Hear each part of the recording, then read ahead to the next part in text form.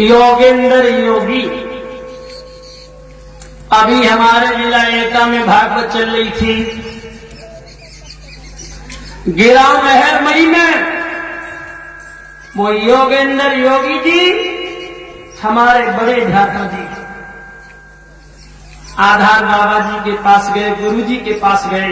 उनके गुरु थे, पगड़ी पहना दी, गले में नोटों का हाथ डाल दिया और कहा, गुरु जी मैं तुम्हारा शिष्य योगेंद्र चैतन्य। सो गुरु जी बोलेगा, तू मेरा शिष्य कहां है? अपने शिष्य का अपमान इस व्यास गद्दी पर कर दिया। तू मेरा शिष्य कहां है? 10,000 रुपया लेके भाग गया था। मेरा ये गुड्डू चैतन्य शिष्य है बेटा। हमसे चाहे हमारे दिल को लेके चला जाए तो हम इसे समझाने का काम कर सकते हैं कि बेटा तू हमसे दहेज ले गया था, हमसे पैसा ले गया था, तू फिर लौट के नहीं आया। तू क्यों नहीं आया था? तेरे ऊपर क्या परेशानी थी, क्या आपत्ति थी, क्यों नहीं आया? लेकिन भरी सभा में हम अपने शिष्य से कहें तू मेरा शिष्य नहीं, शिष्य का अपमान नहीं करना चाहिए। शिष्य तो शिष्य होता है। शिष्य और गुरु के संबंध में नाता एक पुत्र और पिता का होता है। जब बेटा पैदा होता है, माताएं और पिता अपने बेटे को पालते हैं, भोजन खिलाते हैं। बालकाल में बेटा जाने कितनी गलतियां करता है, लेकिन सबको भुला देते हैं, सबको भुला देते हैं। एक पुत्र से गलती हो जाती है, एक पिता से गलती नहीं होती। लेकिन पिता जब पुत्र को सुधारेगा नहीं तो समझ लो।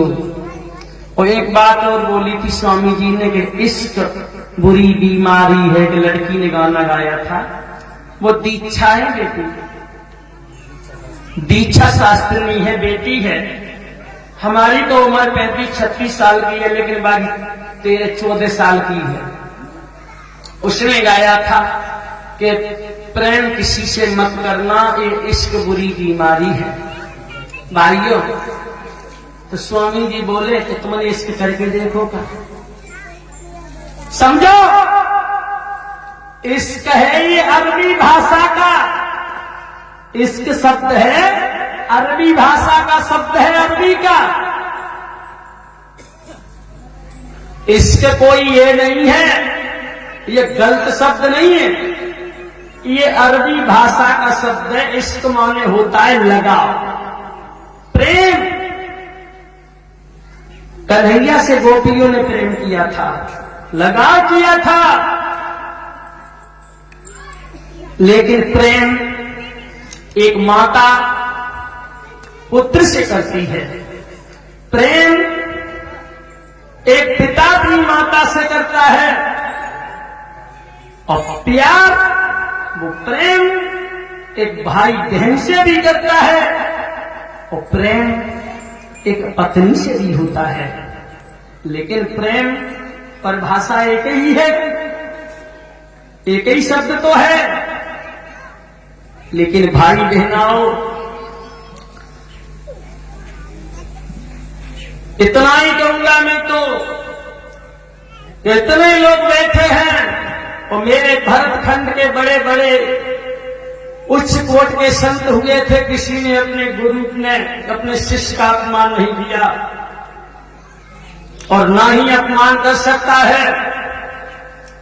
जो कुछ गलती बनती है वो समझाने का काम था। श्री सुखदेव जी कहते हैं, हे उत्तरानंदन परिषद, संसार में आवागमन तो लगा रहता है, सच्चे सतगुरु की शरण में जाओ, परमात्मा की भक्ति में मन लगा करके परम प्राप्त को प्राप्त कीजिए। जब परम धाम में प्राप्त हो जाओगे, परमात्मा के हृदय में जाकर के लिप्त हो जाओगे, आवागमन के बंधन से मुक्त हो जाओगे। बोल गोविंद भगवान की।